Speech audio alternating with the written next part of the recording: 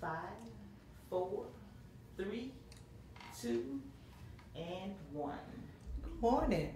We are live at KKNO 750 Gospel Radio Station talking with broadcaster Mr. Delron Wilson.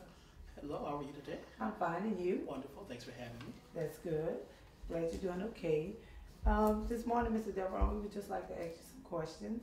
Mr. Delron, can you tell us, our audience, how long you have been broadcasting and what got you interested in broadcasting? I started broadcasting, I want to say in 1996, so that's roughly about 15, 16, I'm not good with math, about 16 years ago or so ago. Okay. And I got my start at a very young age. I always wanted to be in television news. I went to school for broadcast journalism, and I actually got into radio just on the web, believe it or not. I met this guy who was at my old church, and he was working at a radio station. And they were looking for an announcer, and I was still in college, had not finished. I was just doing my regular courses, math, English, those things, and I knew I wanted to do broadcasting, but of course it was so hard to get into the field. And so he said, how about coming to the radio station? I said, well, I'll try it out, you know. So I went to the radio station, interviewed with the general manager at the time, Miss Annette Pete, and she was like, we didn't even talk about radio. We were talking about school, and we were both at the same school at the time, and she just, at the end of us talking for about an hour, she was like, so when can you start? And so I said, whenever you want me to start. So, and ever since then, I've been in radio, and I've just loved it ever since then. So I would say about 16 years. Okay, Yes. okay, great. Well, what kind of personality does it take to be a radio broadcaster? I think that you have to be a personable person. I think you have to have a heart for people, and just love people. And the reason I say that is because people, they're hurting. You don't know what people are going through, especially working for a gospel radio station. You know, sometimes the music that you play can actually inspire other people, or just inspire people. People maybe, I've had several people call me. You know, I may play a song, and they call at the end of the song and say, I just needed to hear that. Somebody even was talking about taking their own life. And so it's just, you just have to be a personable person. You have to be able to be reachable and have that personality where people can actually talk to you, touch you, and just be personal. Okay, great. Okay, can you tell us why it is so important to have a gospel radio broadcaster in this society?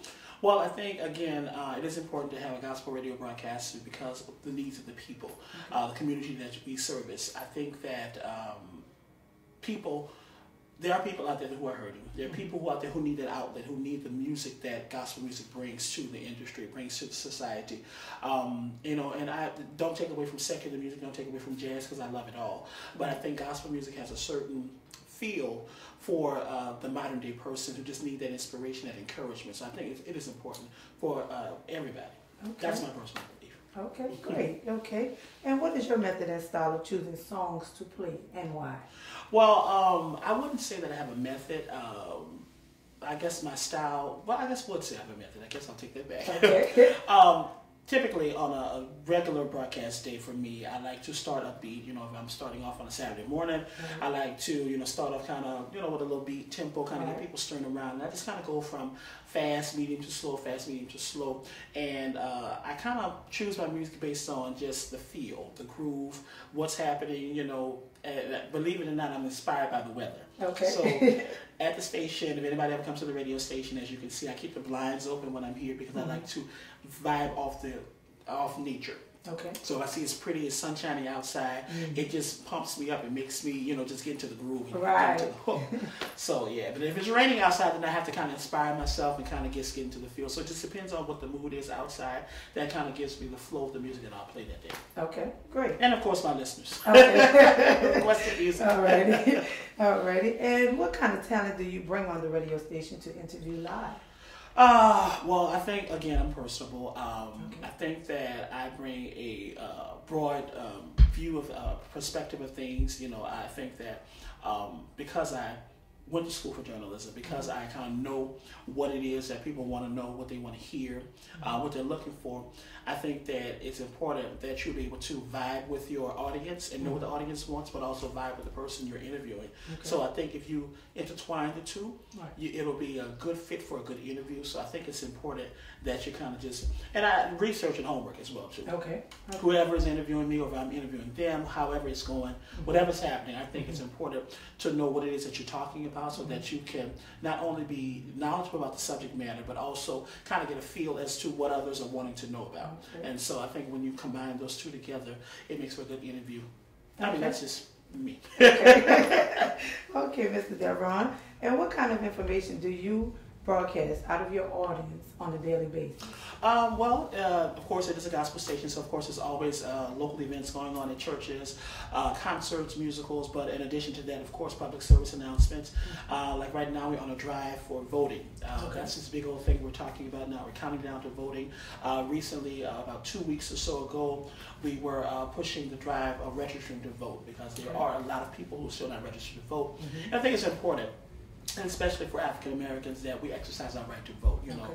And so that's some of the things that we discuss. And of course, it was a natural disaster. We're always keeping the audience informed, updated as it relates to what's going on. You know, we are in the Super Bowl, we like to call it here in New Orleans. And so hurricane season is still alive and well.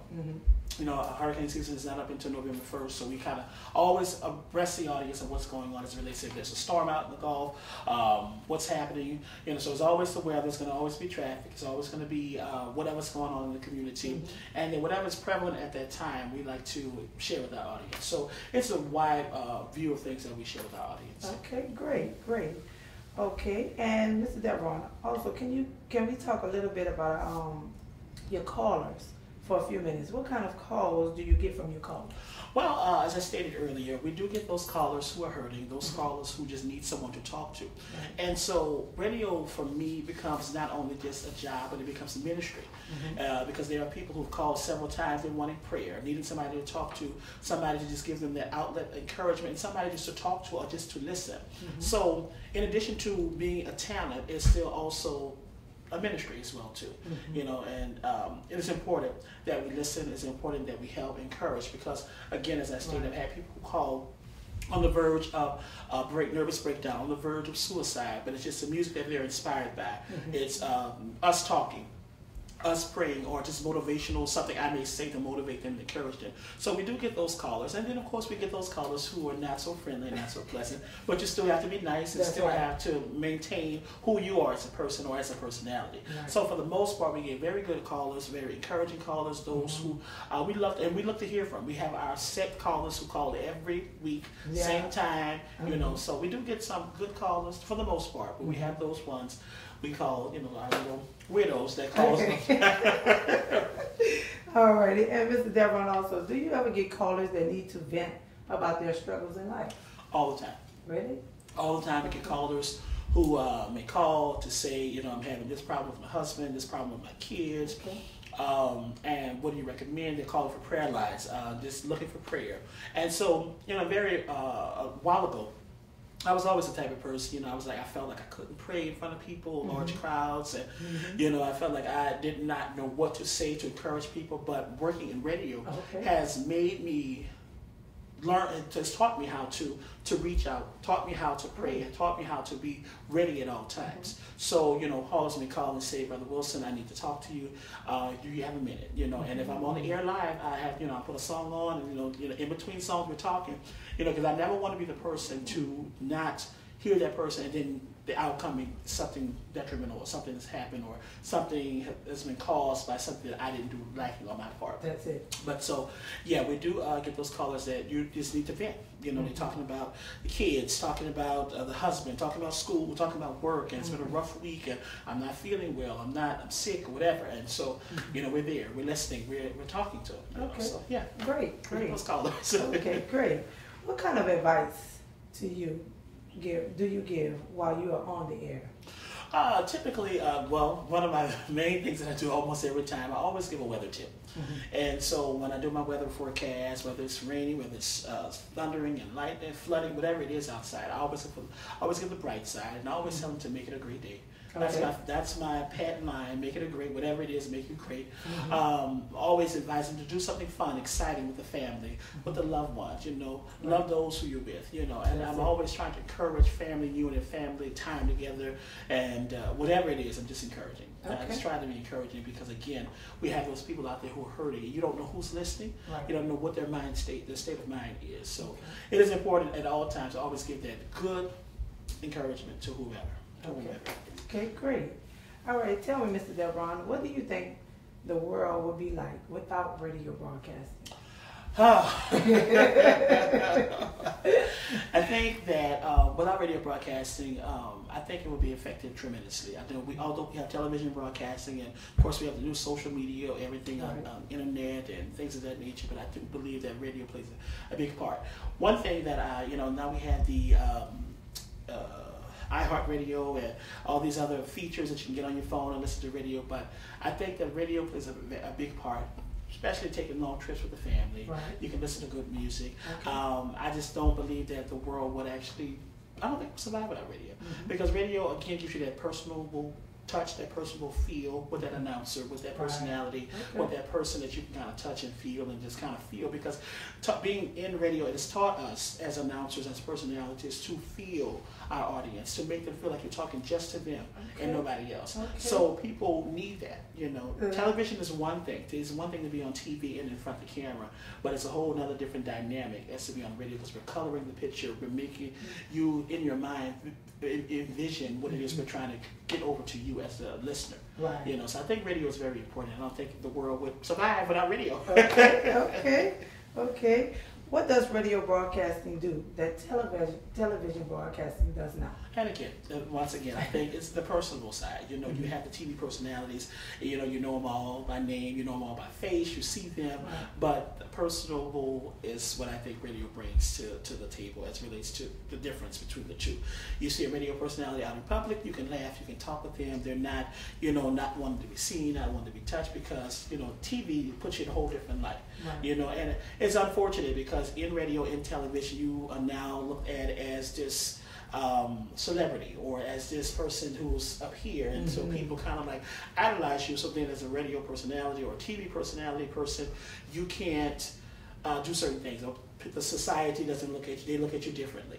You may do something that somebody else normal would do, but because you're a personality, because you're a TV personality or you're a radio broadcaster, he should have done this or she should do this, or did you see her do this, did you see him do that? So I think just it puts you in a different light. But I think that, getting back to the question at hand, I think that radio personalities are more personable than TV. Okay, great. All right, Mr. Devron, how do you feel about broadcasting that it have affected the lives of the community of listeners? How do I feel about broadcasting and how it affects the lives of the listeners, right? I think that broadcasting is an excellent medium. There's several types: television, radio, news, newspaper, magazine. But I think the whole broadcasting piece, I think it has a big part